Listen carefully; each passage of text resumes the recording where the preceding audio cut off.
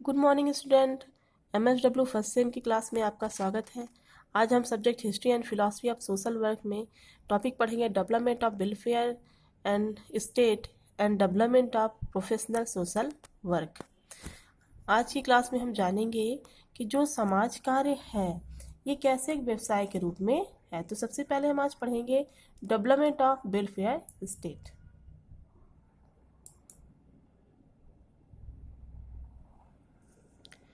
आज हम पढ़ेंगे कि the development of welfare state, जो स्वतंत्रता के बाद भारत को कल्याणकारी राज्य घोषित किया गया। इसी प्रकार भारतवर्ष में कई समाज कल्याण का उत्तरदायित्व राज्य ने स्वीकार किया, क्योंकि जब हमारा भारत स्वतंत्र हुआ तो उस टाइम पे बहुत सारी समस्याएं आ चुकी थी। हमारा भारत देश कई समाज कार्य जो था उन्हें करना पड़ा, क्योंकि लोग बहुत पिछड़े हुए थे, लोग बहुत दुखी थे, समाज में बहुत सारी विडंबनाएं थी। तो 1953 में राज्यों में जो कल्याणकारी राज्य की घोषणा की गई, तो जो ये एक ऐतिहासिक भूमिका थी, जो क्योंकि फर्स्ट टाइम हुआ था। तो 1953 में राज्यों में स्टेट सोशल वेलफेयर एडमिनिस्ट्री समिति का गठन हुआ। एडमिनिस्ट्री मतलब कि एक सलाहकार समिति का गठन हुआ, इसकी स्थापना की गई। और 1964 में समाज कल्याण के कार्यों में बढ़ावा देने के लिए डेवलपमेंट ऑफ सोशल सिक्योरिटी का गठन किया गया। ये दोनों ने मिलकर हमारे समाज कल्याण का जो कार्य था इनको आगे बढ़ाया गया। ये डेट बहुत इंपॉर्टेंट होती है, क्योंकि अधिकांशतः ऑप्शनल क्वेश्चन में ये डेट आती है, जो कि आपके एग्जाम के लिए बहुत इंपॉर्टेंट है। तो ये मतलब जब कल्याणकारी राज्य की घोषणा हुई और इसके बाद एक स्वतंत्र मानव संसाधन विकास मंत्रालय की स्थापना हुई। तो यहाँ पे मैंने 1953 और 1964 जो बताया है बहुत इम्पॉर्टेंट है, इसको आप जरूर याद रखिएगा। आप चाहे तो इसकी स्क्रीनशॉट भी ले सकते हैं। फिर आगे है development of professional social work education and training. जो समाज कार्य था तो वो कैसे सोशल वर्क के रूप में डेवलप हुआ, जो समाज कार्य था वो कैसे एक व्यवसाय के रूप में डेवलप हुआ। समाज कार्य को हम व्यवसाय बोले या ना कहे, या ये व्यवसाय के रूप में है या नहीं, इसके बारे में हम जानेंगे कि क्या कहाँ तक उचित है समाज कार्य को एक व्यवसाय के रूप में बोलना। तो देखिए, जो समाज कार्य का क्षेत्र स्वतंत्रता के बाद और अधिक विकसित हुआ, है ना, क्योंकि उसके बाद कल्याणकारी राज्य की घोषणा ही कर दी गई थी। ये ऐतिहासिक भूमिका थी। तो समाज कार्यकर्ताओं के प्रशिक्षण का प्रथम प्रयास बम्बई में स्थित सोशल लीग द्वारा किया गया, परंतु जो समाज कार्य शिक्षा का महत्वपूर्ण आरंभ 1936 में इसकी स्थापना की गई। तो इसके बाद क्या हुआ कि देश में विभिन्न भागों में समाज कार्य शिक्षा के लिए कई संस्थाएं स्थापित की गई, क्योंकि 1953 में राज्यों में स्टेट सोशल वेलफेयर एडमिनिस्ट्री कम्युनिटी बन चुकी थी। तो उसके अंतर्गत बहुत सारी ऐसे संस्थाएं स्थापित हुई समाज कार्य के लिए। तो उपरोक्त जो विवरण था, तो यह सिद्ध होता है कि जो भारत में समाज कार्य का, सोशल वर्क का एक जो व्यवसाय के रूप में धीरे धीरे विकसित होता है, और समाज कल्याण संस्थाओं में और अन्य क्षेत्रों में मुख्य रूप से यह श्रम कल्याण के क्षेत्र में व्यवसायिक कार्यक्रमों की नियुक्तियां होती हैं। तो मतलब व्यवसायिक कार्य किसको बोला जा रहा है? समाज कार्य को, क्योंकि इसमें श्रम कल्याण और समाज कल्याण शिक्षा के लिए मतलब बहुत सारे इसमें काम किए गए, इसलिए इसे एक व्यवसाय के रूप में जोड़ा गया। फिर है social work as a professional. तो इसमें क्या था कि जो समाज कार्य की ये प्रारंभिक गतिविधियां थी, तो क्या था, समाज कार्य कहाँ से स्टार्ट हुआ था? हमारे धर्म से स्टार्ट हुआ था। हम लोग ने धर्म में जाना था कि समाज कार्य, समाज की सेवा करना, दान धर्म ये सब करना, परोपकार करना, तो ये सब समाज कार्य हम पहले समझते थे, इसे आज भी है। तो समाज कार्य की जो प्रारंभिक जो स्टार्टिंग थी सोशल वर्क की, वो कहाँ से हुई? दान धर्म से हुई। दान, निर्धन सहायता, परोपकार और समाज सुधार के नाम से जानी जाती है, जो स्टार्टिंग थी किसकी? समाज कार्य की। तो जो social work as a profession, ये जो टॉपिक है, तो इसमें यही चीज़ है कि कहाँ से स्टार्टिंग हुई समाज कार्य की। तो स्टार्टिंग हमें पता है कि कहाँ से हुई। तो आगे देखेंगे, जो ये ऐतिहासिक पृष्ठभूमि था, जो दान धर्म की ऐतिहासिक जो पृष्ठभूमि है, तो इससे होते हुए भी समाज कार्य का जो व्यावसायिक रूप इसी शताब्दी में स्टार्ट हुआ। कब? स्वतंत्रता के बाद। तो समाज कार्यकर्ताओं के व्यावसायिक संगठनों शिक्षा एवं प्रशिक्षण के कार्य स्टार्ट हुए कब? स्वतंत्रता के बाद। तो जो व्यवसायिक संगठन था, संस्थाएं और साहित्य ने समाज कार्य को जो व्यवसायिक रूप ग्रहण हुआ। तो जो समाज कार्य का एक व्यवसाय के रूप में जो विकसित होना आधुनिक युग की बात है, क्योंकि 9वीं शताब्दी में जो प्रयास किए गए थे समाज सुधारक ने की थी, सामाजिक समस्याओं के प्रति उन्हें जागरूकता लाई, समाज सुधार किए, तो इसी से समाज कार्य के लिए आगे बढ़े और समाज सुधार हेतु विधानों का भी निर्माण हुआ। जो कई सारे आंदोलन हुए। तो जो सबसे पहले आंदोलन था जो समाज कार्य की ओर कदम बढ़ाया गया, बहुत सारे ऐसे आंदोलन चलाए गए जैसे बाल विवाह, सती प्रथा, बहुत सारी कुरीतियाँ थी समाज में, इसके सुधार के लिए बहुत सारे आंदोलन चलाए गए। तो 1893 में जो पहली बार इस कार्य के लिए औपचारिक समाज कार्य की शिक्षा की आवश्यकता पर बल दिया। 1893 में पहली बार किसमें? औपचारिक समाज कार्य शिक्षा पर, मतलब समाज कार्य के लिए शिक्षित करना, उसमें बल दिया गया 1893 में। तो 1998 में एक मतलब ट्रेनिंग दी गई, 6 सप्ताह की एक ट्रेनिंग चला गया। और जब ये समझ में आया कि ये ट्रेनिंग ज़्यादा सक्सेस हो रही है तो इसको 6 मंथ की ट्रेनिंग बना दिया गया। और यह प्रयास एक प्रसिद्ध समाज कार्य की शिक्षा संस्था New York school of social work के रूप में विकसित हुआ। तो इसी बीच औपचारिक जो व्यावसायिक समाज कार्य की शिक्षा की नई अन्य विभाग जो थे, संस्थाएं स्थापित हुई, और भी इसी को देखते हुए और भी नए नए विभाग की स्थापना हुई। किसके लिए? समाज कार्य के लिए। तो समाज कार्य एक व्यवसाय है या नहीं, ये समझने के लिए आवश्यक है कि एक व्यवसाय के लिए जो चीज़ में ज़रूरत होती है कि किस काम को व्यवसाय बोला जा सकता है, तो जो ज़रूरत होती है उस पर हम गौर करें कि व्यवसाय शब्द कहाँ तक जाता है और कहाँ तक ये समाज कार्य में हेल्प कर रहा है। तो पहले तो हम समझेंगे कि व्यवसाय, समाज कार्य एक व्यवसाय है या नहीं। तो समाज कार्य का मतलब हम अच्छी तरह समझ चुके हैं। अब व्यवसाय शब्द का अर्थ समझेंगे कि व्यवसाय शब्द का अर्थ क्या है। और जब व्यवसाय और समाज कार्य मैच करेंगे तो हम ये मानेंगे कि समाज कार्य एक व्यवसाय है या नहीं, ये हम आगे देखते हैं। क्योंकि व्यवसाय का मतलब ही क्या होता है? बिजनेस, जीविका अर्जन करना। वही काम है जिससे आदमी जीविका अर्जन करे, वो क्या कहलाता है? हमारा व्यवसाय। तो आगे हम देखेंगे व्यवसाय शब्द कहाँ तक उचित है समाज कार्य के साथ बोलने के लिए, कि समाज कार्य एक व्यवसाय है या नहीं, इसे हम आगे देखते हैं।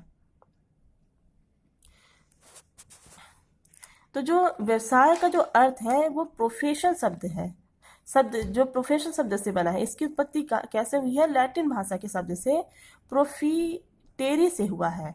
जो आधुनिक युग में व्यवसाय शब्द का अर्थ एक संगठित जीविका के लिए किया जाता है। आधुनिक युग है आज हमारा, तो इसका जो अर्थ है किसी एक संगठित जीविका, मतलब कि जिससे हमारा जीवन यापन हो सके, उससे इसका आधार माना गया है। तो औपचारिक ज्ञान आधार माना गया है जिसमें एक विशेष औपचारिक ज्ञान की आवश्यकता होती है। विशेष औपचारिक ज्ञान से मतलब क्या है? ऐसा औपचारिक ज्ञान जिसमें हम निपुण हो और अपने जीविका की अर्निंग कर सके। तो इससे क्या है कि जिससे विशेष औपचारिक ज्ञान की आवश्यकता होती है, और जिस औपचारिक ज्ञान को हम एक संचालित योग कार्यकर्ताओं की निपुणता द्वारा मानवीय जीविका में कुछ पहलुओं में एक कला के रूप में प्रयोग कर सकते हैं। मतलब जो औपचारिक ज्ञान हो जिसे हम मानवीय सेवा के लिए मतलब उसका यूज कर सके, मतलब ऐसा ज्ञान हो जिससे कि हम मानव की सेवा भी कर सके और अपने लिए भी कहीं ना कहीं जीविकोपार्जन कर सके। तो व्यवसाय का एक अन्य भी अर्थ होता है। देखिए, व्यवसाय का मतलब क्या होता है? वृत्ति। वृत्ति का मतलब क्या होता है कि व्यवसाय, और वो उसे वृत्ति भी कहा जाता है। तो इसी कारण कभी कभी वैश्यावृत्ति को भी एक व्यवसाय कहा जाता है, जो प्राचीन काल था उसमें वैश्यावृत्ति तथा भिक्षावृत्ति दोनों ही मतलब शब्द आते थे सुनने में। लेकिन वर्तमान काल में सामुदायिक मान्यता प्राप्त नहीं है।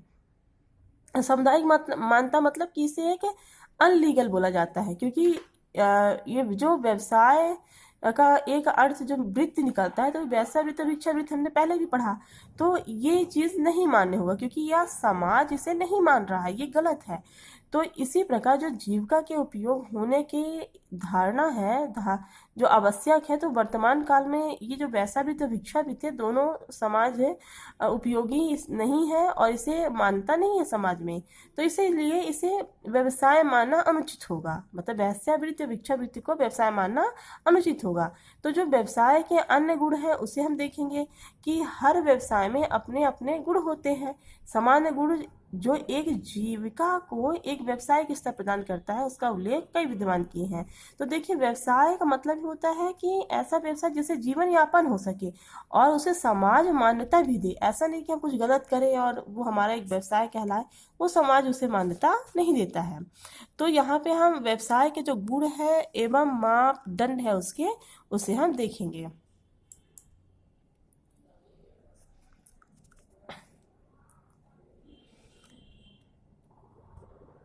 देखिए, जो एक कार्ल सैंडरसन और विल्सन ने अपनी एक बुक द प्रोफेशन में एक व्यवसाय के दो गुण बताए हैं। पहला क्या है, एक विशेष बौद्धिक प्रविधि, और दूसरा क्या है, इस प्रविधि का व्यवहारिक उपयोग। मतलब एक विशेष बौद्धिक प्रविधि मतलब कि एक विशेष रूल, जिससे कि एक बौद्धिकता को लेते हुए एक विशेष ऐसी विशेषताएं जिससे कि समाज कार्य हो सके, और उस कार्य का जो मतलब है वो किसी मतलब व्यवहारिक रूप से समाज के कल्याण के लिए यूज किया जा सके। तो उन्होंने ये दो डिफिनीशन दी है। फिर है समाज का एक व्यवसाय है या नहीं, यह विश्लेषण मुख्य जो गुण है उसकी विशेषताओं के संदर्भ में कुछ क्रम दिए हुए हैं। तो उससे हम जानेंगे कि इसमें बहुत सारे मतलब विशेषताएं दी हुई हैं। देखिए, पॉइंट लंबा है तो मैं इसे एक शॉर्ट नोट में इसलिए लिखी हूँ ताकि आपको भी देखने में सहूलियत मिले कि ये पॉइंट आते हैं किसमें, कि समाज कार्य व्यवसाय है या नहीं, उसकी विशेषताओं का जो विश्लेषण है तो उनमें निम्न बिंदु हैं। पहला है जो है क्रमानुसार सिद्धांत, दूसरा है विशेष प्रणालियों एवं प्रविधियां, फिर समाज कार्य की शैक्षणिक पद्धति, व्यावसायिक संगठन, आचार संहिता। आचार संहिता में उसके 5 पॉइंट है। पहला है सेवार्थियों से संबंध, नियोजन संस्था से संबंध, व्यवहारिक संस्थाओं से संबंध, समाज कार्य के व्यवसाय संबंध और समुदाय से संबंध। फिर इसमें क्या है कि सामुदायिक मान्यता एवं अनुमोदन। तो ये जो मेन मेन पॉइंट है वो क्या बताएंगे कि जो समाज कार्य एक व्यवसाय है या नहीं, इसका विश्लेषण करेंगे। तो ये पॉइंट आप चाहे तो स्क्रीनशॉट लीजिए क्योंकि ये बहुत इंपॉर्टेंट पॉइंट है। क्योंकि जब आप एग्जाम की कॉपी लिखेंगे तो अगर आप फर्स्टली इस पॉइंट को लिखेंगे तो एग्जामिनर ये मानेगा कि आपने कहीं ना कहीं कुछ पढ़ा है। तो कुछ अच्छे पॉइंट रहेंगे आपको लिखने में। चाहे तो आप इसकी स्क्रीनशॉट भी ले सकते हैं।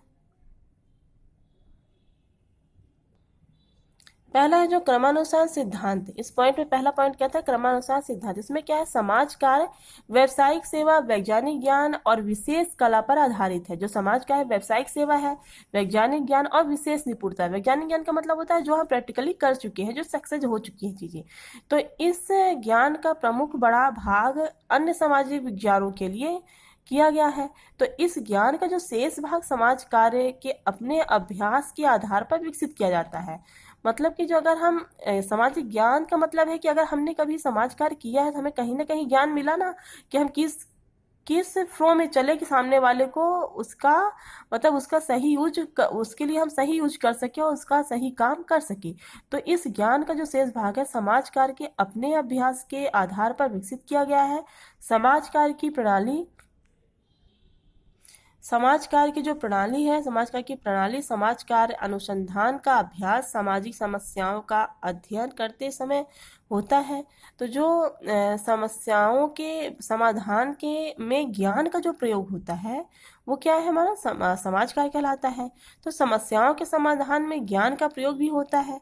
देखिए, और उनका परीक्षण भी होता है कि अगर कोई समस्या है तो हमें कहीं ना कहीं तो नॉलेज लेना पड़ेगा ना कि आगे प्रॉब्लम क्रिएट कहाँ से हुई, कैसे हुई। तो जब तक हम उसका नॉलेज नहीं लेंगे, जब तक हम उसे नहीं देखेंगे तो हम कैसे प्रॉब्लम को सॉल्व कर सकेंगे। तो क्या है, जो समस्याएं हैं उसका हमें कहीं ना कहीं ज्ञान लेना पड़ता है, उसका परीक्षण करना पड़ता है।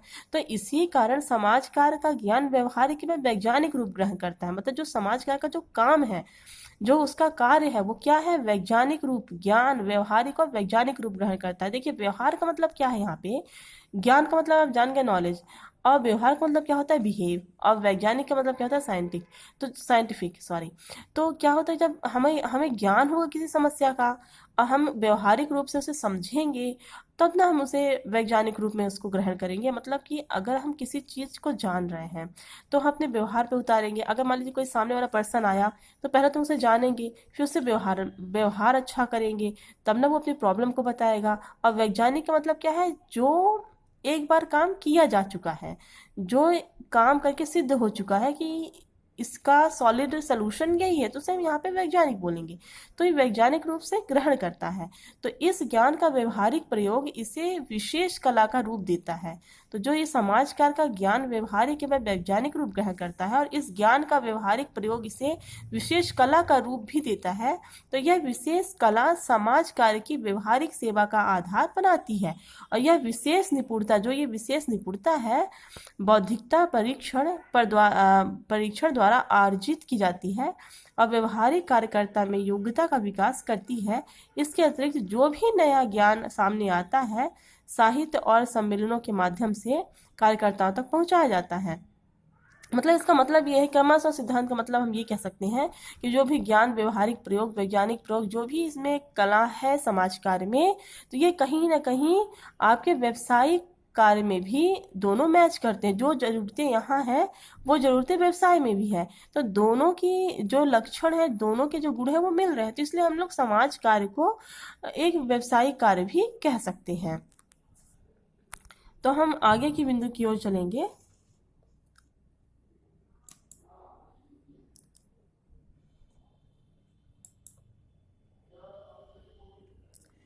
इसमें जो सेकंड पॉइंट है वो है विशेष प्रणालियां एवं प्रविधियां। विशेष प्रणालियां और प्रविधियां से मतलब क्या होता है कि हम किसी भी व्यवसाय को करने के लिए विशेष प्रणालियां बनाते हैं, विशेष उसकी रूपरेखा बनाते हैं, तो इसकी विशेष जो इसकी गाइडलाइन होती है वो बनाते हैं। तो इसी तरह हम समाज कार्य में भी बनाते हैं। कोई भी अगर आता है पर्सन और वो प्रॉब्लम में होता है, तो पहले हम उसको हर एक नॉलेज को स्टेप बाय स्टेप जानेंगे, तब ना उसका सोल्यूशन करेंगे। तो वही है कि जो अब मतलब अपनी एक विशेष प्रणाली एवं प्रविधि है जो समाज कार्य के अभ्यास की जाती है, जो प्रविधियां हैं, और इस प्रकार व्यवसाय ने इस मापदंड पर भी कार्य समाज कार्य पूरा करता है। तो जो अभ्यास करने की यह प्रणालियां एवं नियम विशेष शिक्षा पद्धति द्वारा दूसरों को सिखाए जा सकते हैं और इसका व्यवहारिक प्रयोग किया जाता है। इसके अतिरिक्त समाज कार्य में व्यवसाय की भांति विज्ञान और कला दोनों का समावेश मिलता है। तो फिर है थर्ड पॉइंट, इसमें समाज कार्य की शैक्षणिक पद्धति। जो समाज कार्य मान्यता प्राप्त मुख्य व्यवसायों की शिक्षा के विकास में 3 चरण है। पहला क्या है, मतलब जो समाज कार्य की शैक्षणिक पद्धति क्या है कि जो समाज कार्य द्वारा मान्यता जो प्राप्त व्यवसाय है, तो शिक्षा के विकास में इसके 3 प्रमुख चरण है। पहला है अनुभवी अध्यापकों एवं सभ्यता की देखरेख में परीक्षण। सेकंड है शिक्षा के लिए संस्थाओं की स्थापना। थर्ड है विश्वविद्यालयों द्वारा व्यवसायिक शिक्षा संस्थानों को मान्यता देना और उन्हें अपने शैक्षणिक अकादमिक कार्यक्रम का एक भाग बनाया जाता है। तो देखिए क्या है, जो समाज कार्य की शैक्षणिक पद्धति, मतलब जो भी समाज कार्य शैक्षणिक पद्धति से यहाँ मतलब ये है कि अनुभवी टीचरों को रखना, एक अच्छा संस्था बनाना, एक अच्छी संगठित करना, मतलब एक ऐसा आवासीय विद्यालय बनाना, तो जहाँ शिक्षा को यहाँ पे ज़्यादा प्रायोरिटी दी जा रही है समाज कार्य में। तो जब इंसान शिक्षित रहेगा तो अपनी लक्ष्य की ओर जल्दी बढ़ेगा, अपने जीविकोपार्जन खुद कर सकेगा। तो वही है कि इसी तरह समाज कार्य की जो शिक्षा का विकास अध्ययन करने से पता चलता है कि सभी देशों में इसी शिक्षा के विकास में भी व्यवसायिक शिक्षा की भांति ही 3 चरण है कि सभी जो हम लोग की समाज कार्य की शिक्षा है और व्यवसायिक शिक्षा में भी यही 3 चरण है जो कि समाज कार्य की शिक्षा में है। तो इसलिए हम इसे समाज कार्य बोल सकते हैं, समाज कार्य को व्यवसायिक कार्य भी बोल सकते हैं। और फोर्थ है इसमें व्यवसायिक संगठन। जिस प्रकार एक व्यवसाय में विभिन्न व्यवसाय संगठित होते हैं, उसी प्रकार समाज कार्य के विकास के साथ साथ सभी देशों में व्यवहारिक संगठन भी संगठित होते हैं। कुछ लोग मतलब जो व्यवहारिक संगठन वो भी संगठित होते हैं। तो जैसे जो चीजें समाज कार्य के लिए चाहिए वही चीज व्यवसाय के लिए भी चाहिए, तो दोनों संगठित होते हैं, इसलिए हम समाज कार्य को व्यवसाय बोल सकते हैं। 5वां पॉइंट है आचार संहिता। तो आचार संहिता क्या है, मतलब क्या है कि जो व्यवसाय के कार्यकर्ताओं के लिए आचरण के पालन के लिए आचार संहिता का निर्माण किया जाता है। एक महत्वपूर्ण कार्य है कि जो आचरण है उसका एक नियमबद्ध तरीका बनाया जाता है, जो कि एक महत्वपूर्ण कारण है एक व्यवसाय में जोड़ने के लिए। जो व्यवसायिक संगठन ये कार्य करते हैं आचार संहिता का पालन करता है। मतलब जो समाज कार्य की आचार संहिता, व्यवसाय का भी जो आचार संहिता के रूप में काम करते हैं। तो प्रोफेसर अहमद ने आचार संहिता के 5 भागों में इसका उल्लेख किया है। पहला है सेवार्थी से संबंध, है ना। तो इसमें पहला है सेवार्थी से संबंध। सेवार्थी के कल्याण के लिए, समुदाय के कल्याण के अनुकूल रखना, मतलब सेवार्थी से के जो संबंध है वो समुदाय का उसमें संबंध को अनुकूल रखना, तभी सेवार्थी आएगा ना। अगर समुदाय का जो कल्याण है वो अगर अनुकूल नहीं रहेगा, उसके स्वार्थ उसके हिसाब से नहीं रहेगा, तो क्यों आएगा अपनी हेल्प के लिए। तो सेवार्थी दूसरा है इसमें, सेवार्थी को अपने विषय में स्वयं निर्णय लेने के अधिकार स्वीकार करना। अगर कोई सेवार्थी आया, उसे प्रॉब्लम है, तो हम उसे बहुत सारे सोल्यूशन के रास्ते बताएंगे, लेकिन हम उसे फ्री छोड़ेंगे कि वो अपने से निर्णय ले सके कि उसके लिए क्या इंपॉर्टेंट है। थर्ड है इसमें सेवार्थी को गोपनीयता का आश्वासन देना। अगर वो अपने प्रॉब्लम को बताता है तो उसे गोपनीयता बनाए रखना, उसे ये मतलब ट्रस्ट रहे कि हाँ ठीक है आपने बताया तो मैं आपकी प्रॉब्लम किसी से शेयर नहीं करूंगा। फोर्थ है सेवार्थी की सहायता को आश्वासन देना, मतलब उसकी गोपनीयता बनाए रहेंगे और उसे आश्वासन भी देंगे कि मैं आपकी हेल्प, ये संस्था आपकी हेल्प करेगा। सेकंड है इसमें नियोजन संस्था से संबंध। नियोजन संस्था से संबंध से मतलब है कि जो भी संस्था के जो कार्यक्रम है, जो नीतियां हैं, जो व्यवहार है, जो ज्ञान है, उसको एक नियम में रखना, ठीक है ना। फिर सेकंड है संस्था में सेवा के लिए किए गए समझौतों का पालन करना। जो संस्था है और जो उसमें सेवा के लिए जो उन्हें जो नियम रूल बने हैं उसका पालन करना। थर्ड पॉइंट था संस्था की नीतियों एवं कार्य रीतियों के निर्माण में निर्माण के कर्मचारियों को भाग लेने के अवसर दें। जो भी कार्य है, जो भी उसके रूल है, सारे कर्मचारी को उसमें भाग लेने का अवसर देना। फिर है व्यवसायिक साथियों से संबंध है, मतलब जो व्यवसायिक साथियों की स्थिति एवं उसकी योग्यता का आदर करना। जो व्यवसायिक साथी है, मतलब जो एक जैसे हम किसी भी एक संगठन में है, जो भी हमारे साथ है तो उसको आदर सम्मान देना, किसी के पर्सनल लाइफ को लेते हुए उसमें भेदभाव नहीं करना, सबको एक बराबर मानना।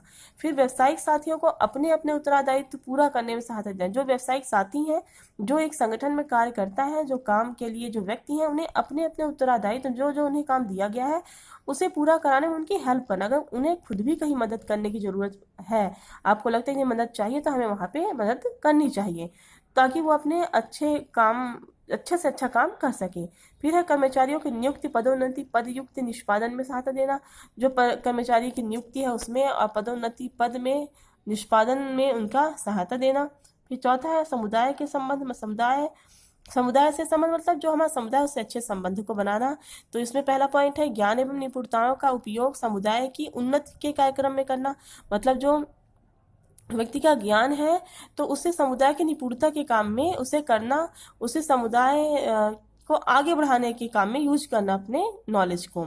फिर सेकंड है संस्थाओं एवं व्यक्तियों द्वारा समाज कार्य के अनैतिक प्रयोग और समुदाय को सुरक्षित करना। जो समाज कार्य के व्यक्ति उन्हें अनैतिक किसी भी तरह के अनैतिक उसमें कार्यकलाप न हो पाए, इसका ध्यान देना। फिर तीसरा है समुदाय की अपनी व्यवहारिक शिक्षा परीक्षा अनुभव एवं कुशलता से प्रभावित करना। जो समुदाय है तो अपने व्यवहार शिक्षा परीक्षण जो प्रशिक्षण है उससे हमेशा उसे प्रभावित करना, मतलब उसे अग्रसर करना अपने कार्य की ओर। तो ठीक है, इसी तरह हम ये देख रहे हैं कि जो समाज कार्य है वो कैसे एक व्यावसायिक कार्य के रूप में है, क्योंकि कहीं ना कहीं समाज कार्य और व्यवसाय कार्य के लक्षण मिल रहे हैं। तो इसे हम जो समाज कार्य है उसे एक व्यावसायिक कार्य भी कह सकते हैं। तो ठीक है बच्चों, आज का वीडियो यहीं तक। अब अगले वीडियो ठीक है स्टूडेंट, तो आज का जो वीडियो था यहीं तक। अगले वीडियो में हम नेक्स्ट टॉपिक पे चर्चा करेंगे। तब तक के लिए जो भी हमने बताया है पढ़ाया है उसे आप एक बार रिवीजन जरूर करिएगा। अगर आपके एग्ज़ाम हो गए तो बहुत इंपॉर्टेंट चीज़ें हैं, और अगर एग्ज़ाम नहीं भी होते हैं आपके तब भी पढ़ना बहुत ज़रूरी है, क्योंकि कहीं ना कहीं ये नॉलेज हमारे लाइफ में काम देगा। तो ठीक है, तब तक के लिए यहीं तक। Good bye.